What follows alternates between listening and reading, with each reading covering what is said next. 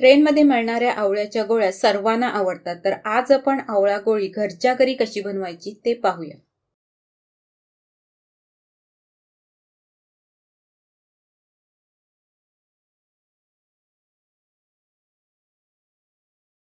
त्यासाठी मी इथे पाव किलो आवळे घेतलेत। त्याचबरोबर ह्या कढईमध्ये मी पाणी गरम करत ठेवले। ह्या पाण्यामध्ये हे आवळे टाकायचे आणि एक उकळी येऊ द्यायची। त्यानंतर गॅस बंद करायचा आणि हे चांगले मस्त थंड होऊ द्यायचे। आवळे थंड झाल्यावर बोटाने दाबले की सहज आवळ्याच्या कळ्या बाजूला होतात। आतील बिया काढून टाकायच्या आणि पाणी न वापरता आवळे मिक्सरमधून बारीक वाटून घ्यायचे। कढई गरम करत ठेवली, त्यात आवळ्याचा गर टाकायचा आणि पाव किलो गूळ टाकायचा आणि गूळ विरघळेपर्यंत हे सतत हलवत राहायचं।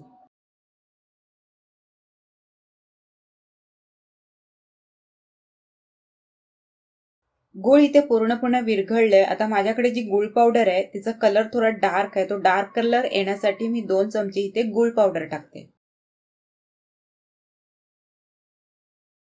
आवळा गुळाचं मिश्रण आपलं तयार आहे। त्यात हिंग अर्धा चमचा, काळी मिरी अर्धा चमचा, ओवा अर्धा चमचा, जिरेपूड अर्धा, सुंठ पावडर अर्धा चमचा, आमचूर पावडर 2 चमचे, काळं मीठ अर्धा चमचा, हे सगळे मसाले टाकून चांगलं मिक्स करायचं। त्याचप्रमाणे थोडं आपलं नेहमीचं मीठ असतं ते पण थोडं त्यामध्ये टाकायचं। सर्व मसाले टाकल्यानंतर हे मिश्रण सतत ढवळत राहायचे। आपण जे मिश्रण ढवळता एका पॉइंटवर असं होतं की ते मिश्रण ढवळताना आपल्याला थोडंसं घट्टपणा जाणवतं, जडपणा जाणवतं। त्यावेळेला गॅस बंद करायचा आणि हे मिश्रण 2 तास मस्त असं थंड होऊ द्यायचं। कँडी बनवण्यासाठी मिश्रण आपलं तयार आहे। एका ताटामध्ये वेगळं काढून घ्यायचं।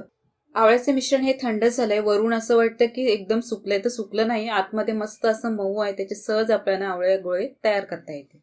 त्यानुसार हे थोडं थोडं मिश्रण मी हातावरती घेते, त्याचे गोळे तयार करते आणि अशा प्रकारे हे बाकीचे सगळे गोळे मी तयार करून घेते।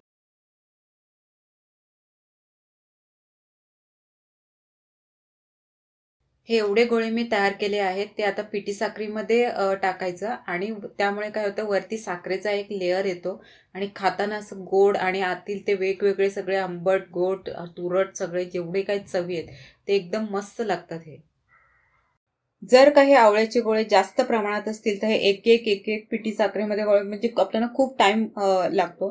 तर त्याला दुसरं असं हे असेल की एका ताटामध्ये पिठी साखर घ्या खाली, त्याच्यावरती थोडे थोडे आवळ्याचे गोळे टाका आणि ते असे हलवा, त्यामुळे ते पटकन होणार काम। जास्त प्रमाणात करायचं असेल तर ह्या पद्धतीने आपण करू शकतो। आवळा हे तुरट आंबट चवीचे हिवाळ्यात येणारे अत्यंत पौष्टिक फळ आहे। आवडले तर ह्या कँडी करून पहा। रेसिपी पाहिल्याबद्दल थँक्यू। अशाच रेसिपी यापुढे येत राहतील, त्या तुम्हाला पाहिजे असेल तर चॅनलला सबस्क्राईब नक्की करा।